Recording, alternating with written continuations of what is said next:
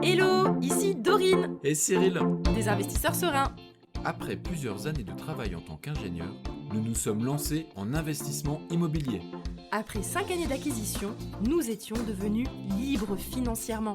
Dans ce podcast, nous vous partageons les stratégies et les bonnes pratiques pour développer votre intelligence financière.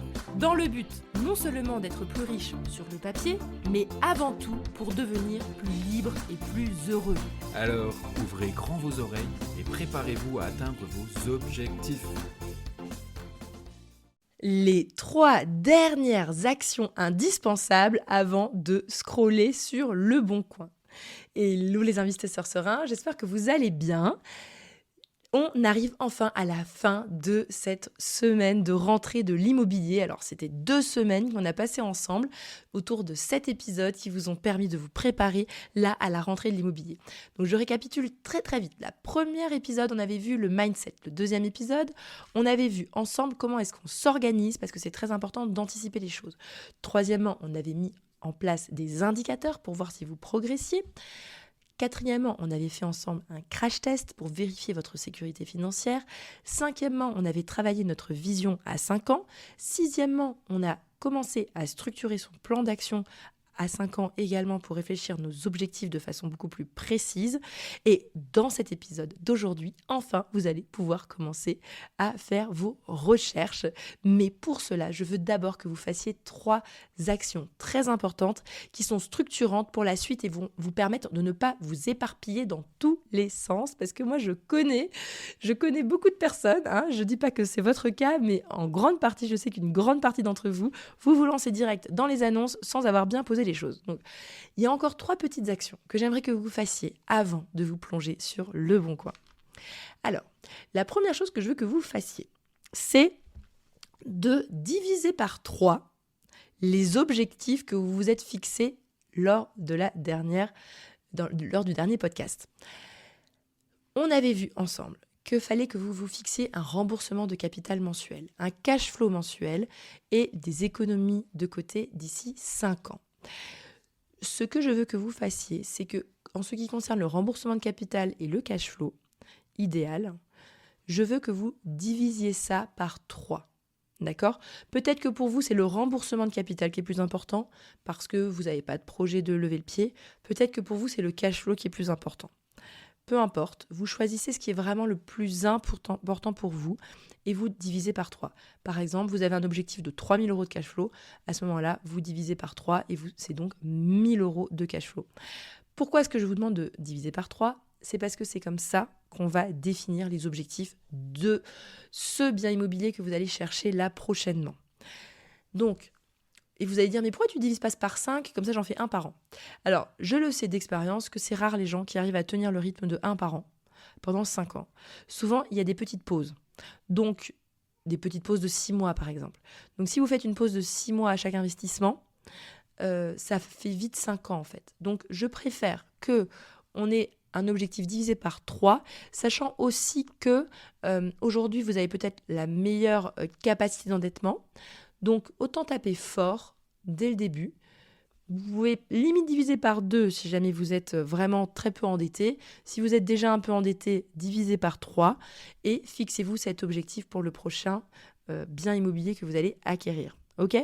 En fonction de vous, évidemment, vous avez choisi soit le montant de remboursement de capital que vous voulez réaliser tous les mois. Donc, si vous aviez un objectif de rembourser 3 000 € de capital tous les mois, à ce moment-là, on divise par 3, ça ferait 1 000 € de capital tous les mois avec votre prochain investissement. Donc, avec le calcul de 400 € tous les 100 000 € investis, ça fait 250 000 € avec ce prochain investissement. Donc, ça te donne un ordre d'idée du budget que vous devriez viser. Évidemment, vérifiez que vous avez les économies en conséquence par rapport à cet investissement. Sinon, il va falloir que vous trouviez des solutions pour mettre de l'argent de côté rapidement. Voilà, donc vous avez compris ça. Ça va vous permettre de fixer cet objectif. Si vous avez l'objectif donc de 3 000 € de cash flow et que vous voulez donc atteindre 1 000 € de cash flow en un investissement, soit vous avez une bonne capacité d'endettement et donc vous voulez faire la location longue durée et vous allez partir sur un bien à 500 000 € en location longue durée pour faire 1 000 € de cash flow, pourquoi pas. Peut-être que vous n'avez pas le budget pour atteindre 500 000 euros. Et à ce moment-là, 200 000 euros, ça sera votre seul budget. Dans ce cas-là, ça sera location courte durée. Ok, on va faire simple, hein. Moi, je fais simple dans tout ça pour que vous y repériez. Peut-être que vous êtes perdu, et d'ailleurs, il y a quelque chose qui vous attend à la fin de cet épisode. Je vais vous parler, si jamais vous êtes un petit peu perdu, que vous voulez qu'on aille plus loin ensemble, ne vous inquiétez pas, j'ai quelque chose pour vous à la fin. Mais là, vous avez grosso modo les grandes lignes.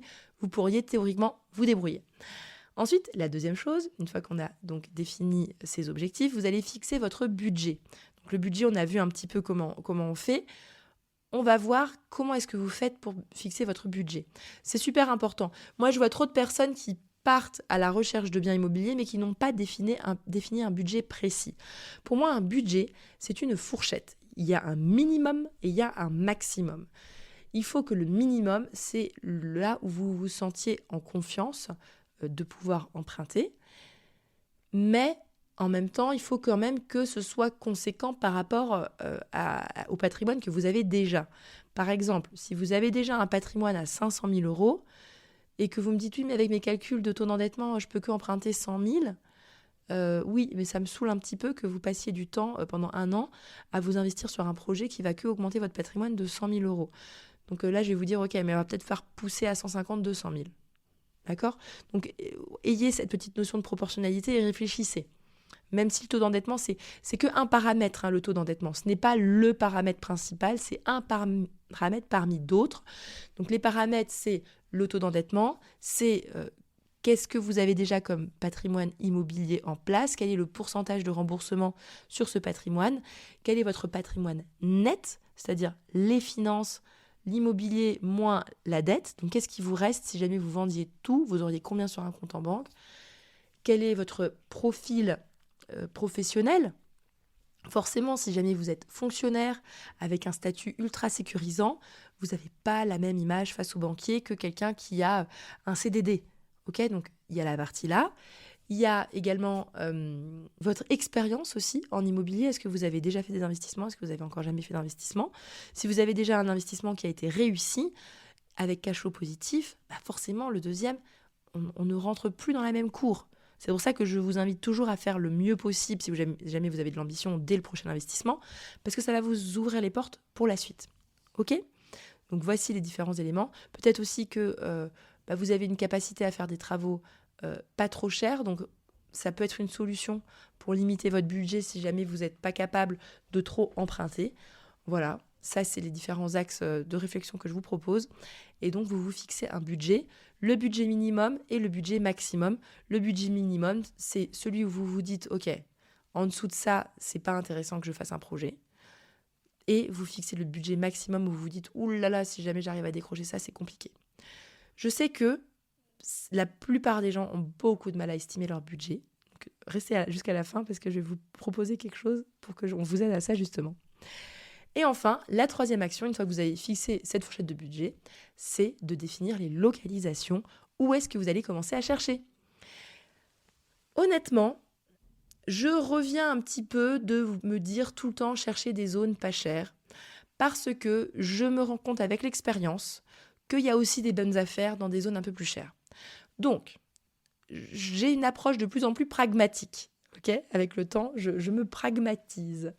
Et ce que je vous propose, c'est de faire du plus simple au plus compliqué. C'est-à-dire, qu'est-ce qui est le plus simple pour vous en termes de logistique pour investir?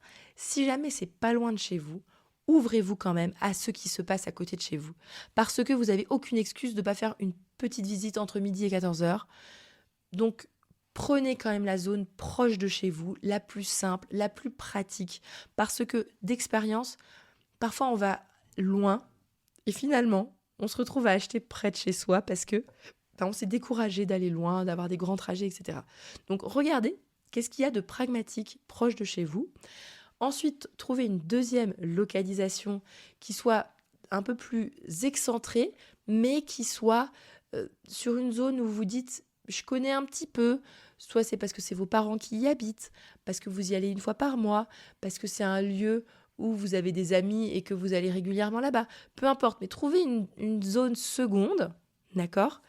Et enfin, peut-être une zone intermédiaire qui était votre idée première pour investir, parce que vous aviez déjà réfléchi à la question, vous vous êtes dit, ah tiens, telle zone, je me vois bien investir. Ok ?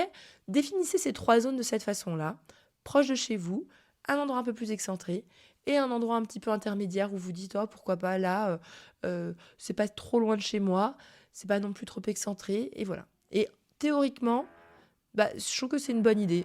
Souvent, les gens, c'est rigolo, ils ont les deux extrêmes. C'est-à-dire, soit vous habitez dans la campagne et vous dites, faut que j'aille dans une grande ville parce que j'ai pas envie d'investir à la campagne. Soit vous êtes dans une grande ville et vous vous dites, faut que j'aille loin dans la campagne. Voilà. En fonction de là où vous êtes, vous m'avez compris, cherchez et n'oubliez pas, ne négligez pas, proche de chez vous, à 20 minutes, 30 minutes max.